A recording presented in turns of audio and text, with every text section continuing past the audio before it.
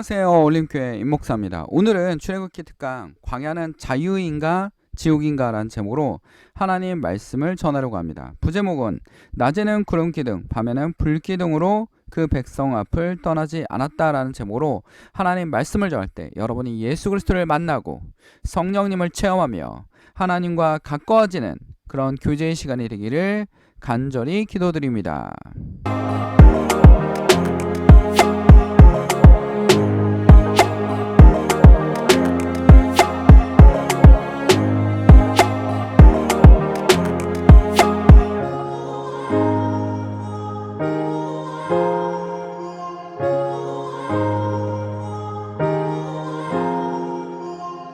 자, 하나님께서 이집트에 있던 이스라엘 백성을 끌고 나왔습니다. 엄청난 역사적 사실입니다. 엄청나게 많은 약 한 200만 정도 된다고 합니다. 200만 명 정도 되는 이스라엘 백성들을 끌고 나왔습니다. 근데 하나님께서 이들을 끌고 나와서 어디로 가려고 합니까? 가나안 땅으로. 아브라함에게 약속했던 가나안 땅으로 가려고 합니다. 이들에게는 가나안 땅은 뭡니까? 꿈이었습니다. 희망이었습니다. 그래서 하나님께서 그들을 인도해 내신다라는 겁니다. 자, 이제 이들은 뭘 얻었습니까? 자유를 얻었습니다. 이집트의 노예 생활에서 이제 노예가 아니라 노예는 자유가 없지 않습니까?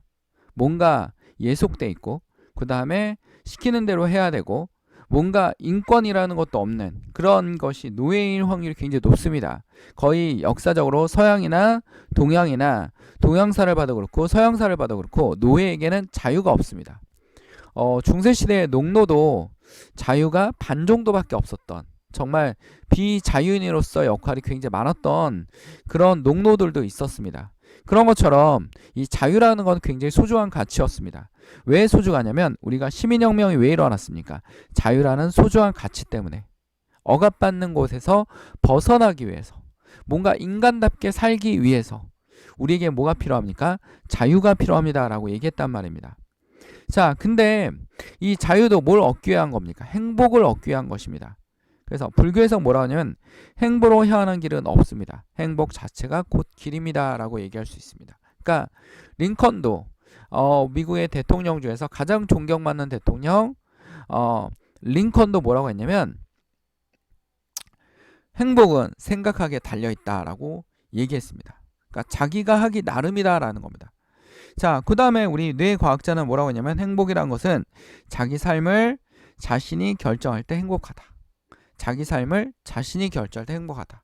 이제 이 유대인들에게는 그리고 이집트에서 나온 유대인들에게 뭐가 주어졌습니까? 자유가 주어졌습니다. 자기 삶을 결정할 수 있는 자유가 정해졌다라는 겁니다. 근데 우리에게 말하는 이 자유는 무엇입니까? 하나님께 맡긴 삶. 하나님을 의지하는 삶. 우리 기독교 크리스찬에게는 진정한 자유는 뭡니까? 내가 자유롭게 행동하지만 이 자유는 뭡니까? 하나님의 의지하는 삶을 진정한 자유라고 얘기할 수 있습니다.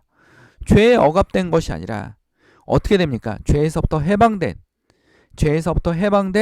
진정한 자유를 누릴 수 있는 그런 삶을 진정한 자신이 결정할 수 있는 자신의 삶을 결정할 수 있는 진정한 자유라는 겁니다. 그러니까 기독교라는 자체가 우리 그리스도교라는 자체가 예수님을 통해서 어떻게 했습니까?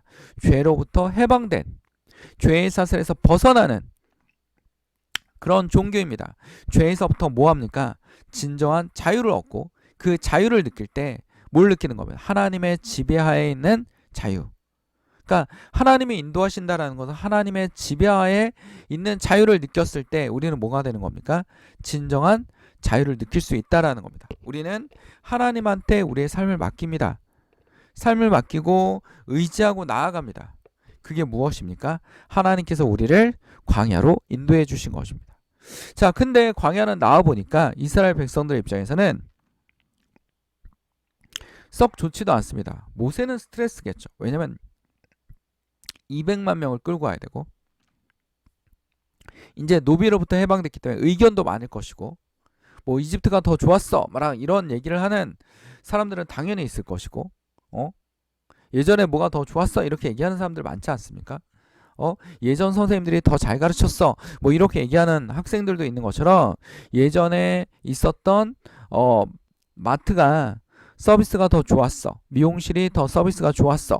이렇게 얘기하는 사람들도 있습니다. 그런 것처럼 사람들은 과거에 대한 막 이렇게 지금 현실에 만족하지 못할 때 과거를 찾기 시작한다라는 겁니다. 그렇다면 우리는 뭡니까? 모세는 이 200만을 끌고 광야를 건너야 된다는 스트레스가 있습니다. 근데 하나님께서 이 광야를 어떻게 합니까? 모세가 스트레스를 받을 필요가 없는 게 이 스트레스는 누구한테 맡기는 겁니까? 하나님에게. 하나님이 시킨 거 아닙니까? 모세가 바로 왕, 이집트의 왕, 바로 왕. 엄청나게 무서운 사람이죠. 최고의 권력자이고 당시에 고대에 엄청난 문명이 발달되어 있는 나라. 정말 대단한 문명이 발달된 나라고 주변에 있던 부족 국가들이라든지 부족들이 부러워하는 그런 곳이 뭐였습니까? 이집트였습니다. 엄청나게 발전된 문명을 가지고 있었던 거죠. 근데 그런 왕 앞에 가서 하나의 목동이었던 사람이, 과거에는 왕자이기도 하지만 목동이었던 사람이 어떡합니까? 하나님의 명령대로 외쳤다라는 겁니다. 왜? 이집트의 왕보다 더 큰 이 우주를 지배하는 우주를 창조하신 하나님이 계시기 때문입니다. 하나님의 명령이기 때문입니다. 광야는 여러분 뭡니까? 순종입니다. 순종한 삶을 얘기하는 겁니다. 오늘 우리 13장에 보면 이렇게 나와 있습니다.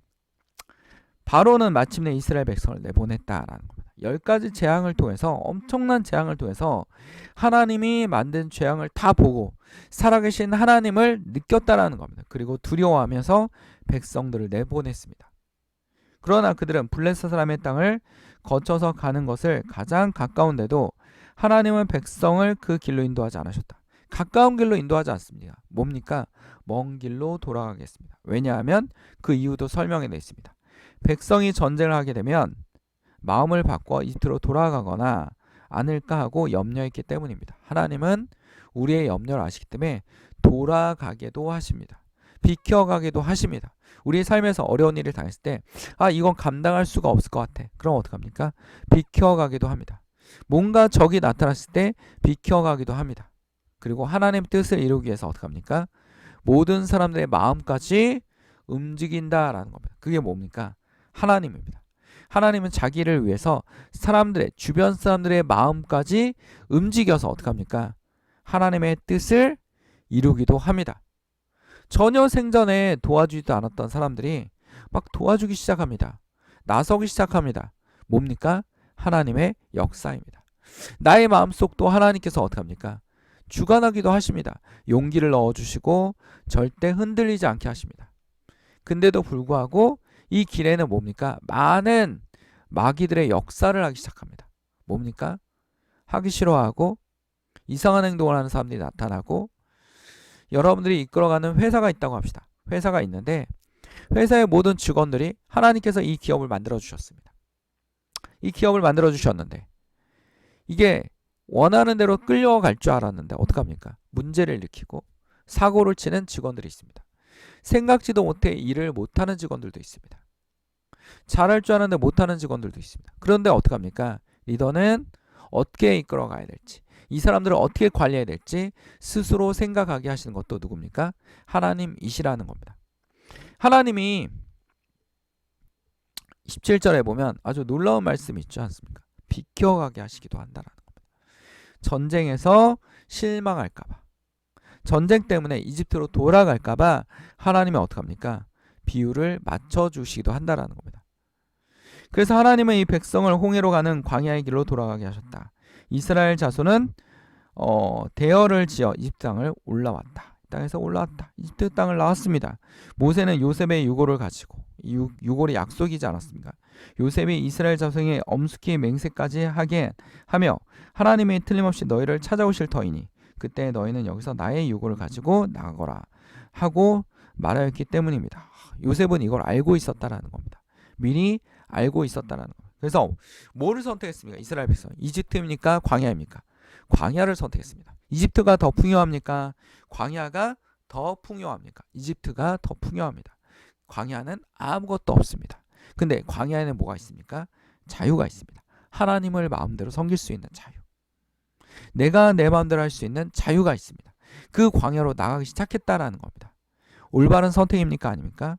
하나님은 그 뜻을 이루기 위해서 하나님 편에서 선택하는 것은 항상 올바른, 가장 올바른 선택입니다. 하나님이 이걸 하라고 했기 때문에 하나님이 선택하는 건 뭡니까? 올바른 선택입니다.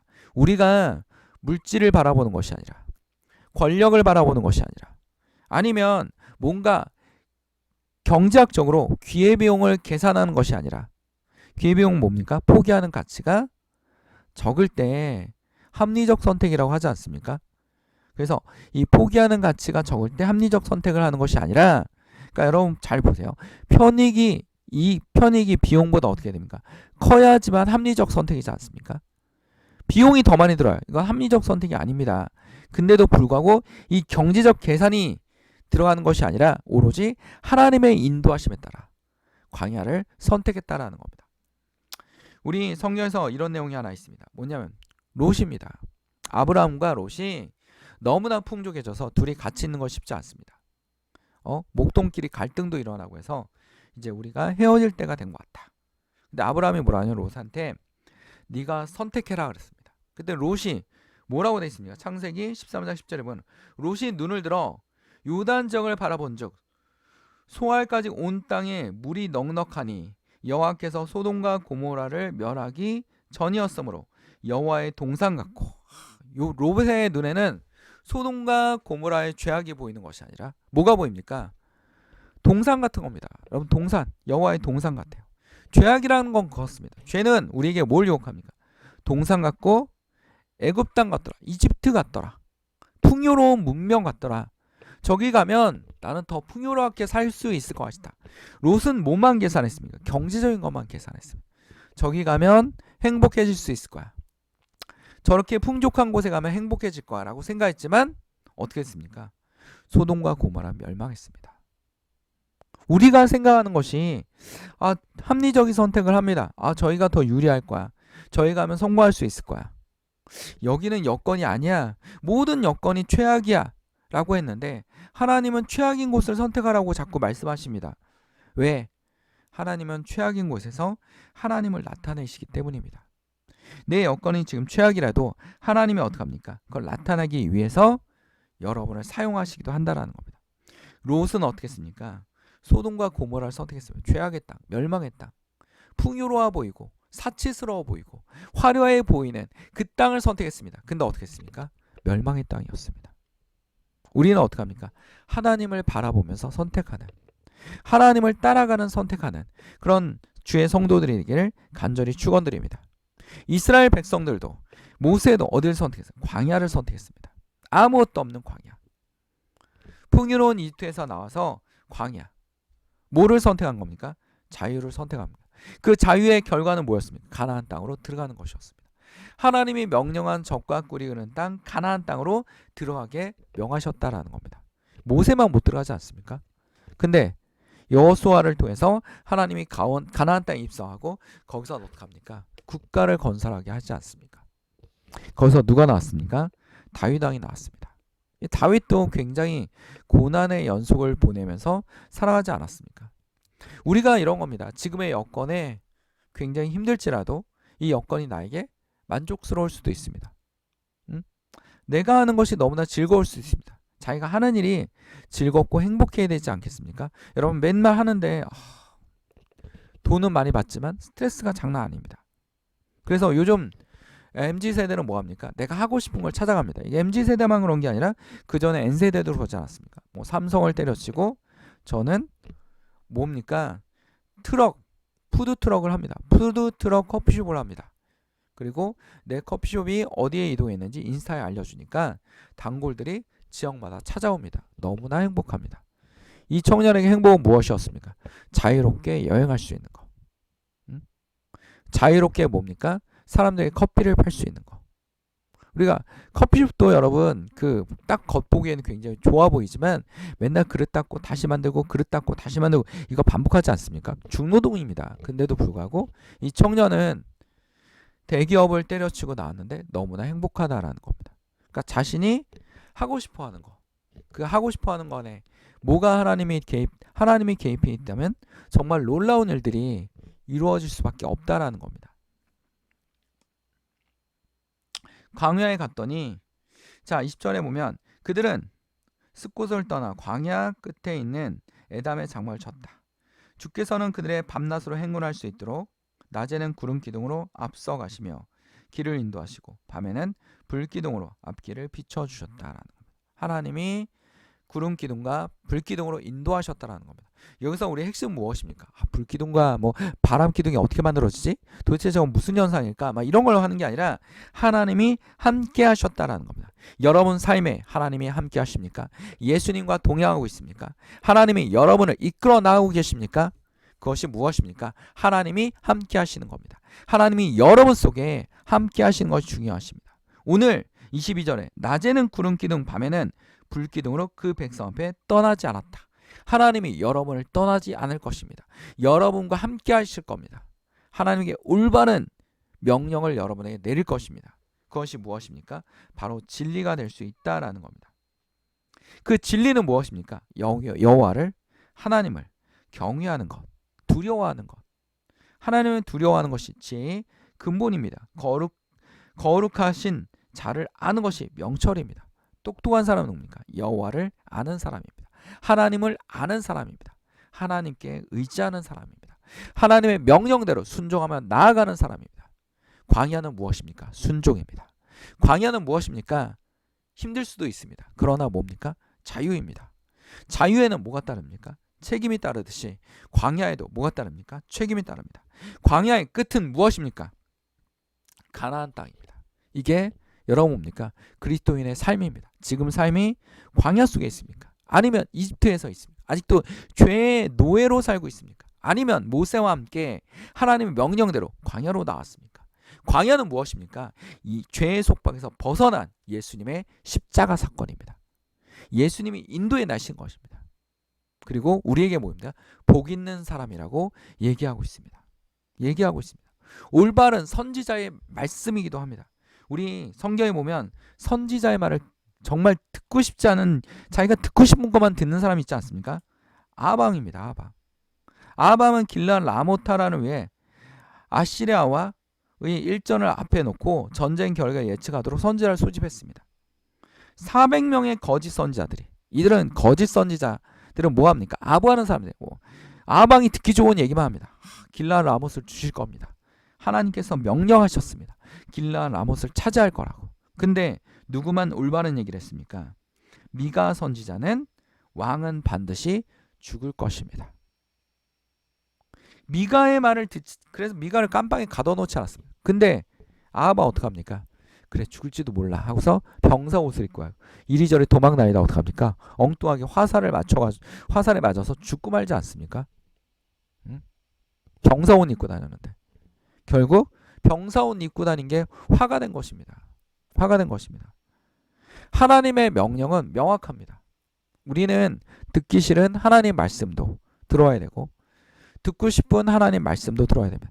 우리 귀에 듣고 싶은 얘기만 듣는다면 그것은 하나님의 명령이 아닙니다. 광야는 풍족하지 않았습니다. 부족했습니다. 힘들었습니다. 그러나 그들에게 뭐가 있습니까? 하나님을 마음대로 섬길 수 있는 자유. 아이들이 뛰어놀 수 있는 자유. 노동하지 않아도 먹고 살 수 있었던 자유. 이런 자유가 있었다라는 겁니다.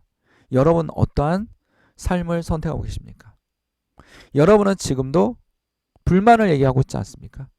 아, 내 인생 왜 이래? 이런 게 아니라 지금의 삶이 나에게는 너무나 행복할 수도 있다라고 생각해 보신 적이 없습니까? 아니면 행복한 삶을 찾아가기 위해서 애쓰고 있지 않습니까? 여러분에게는 뭐가 있습니까?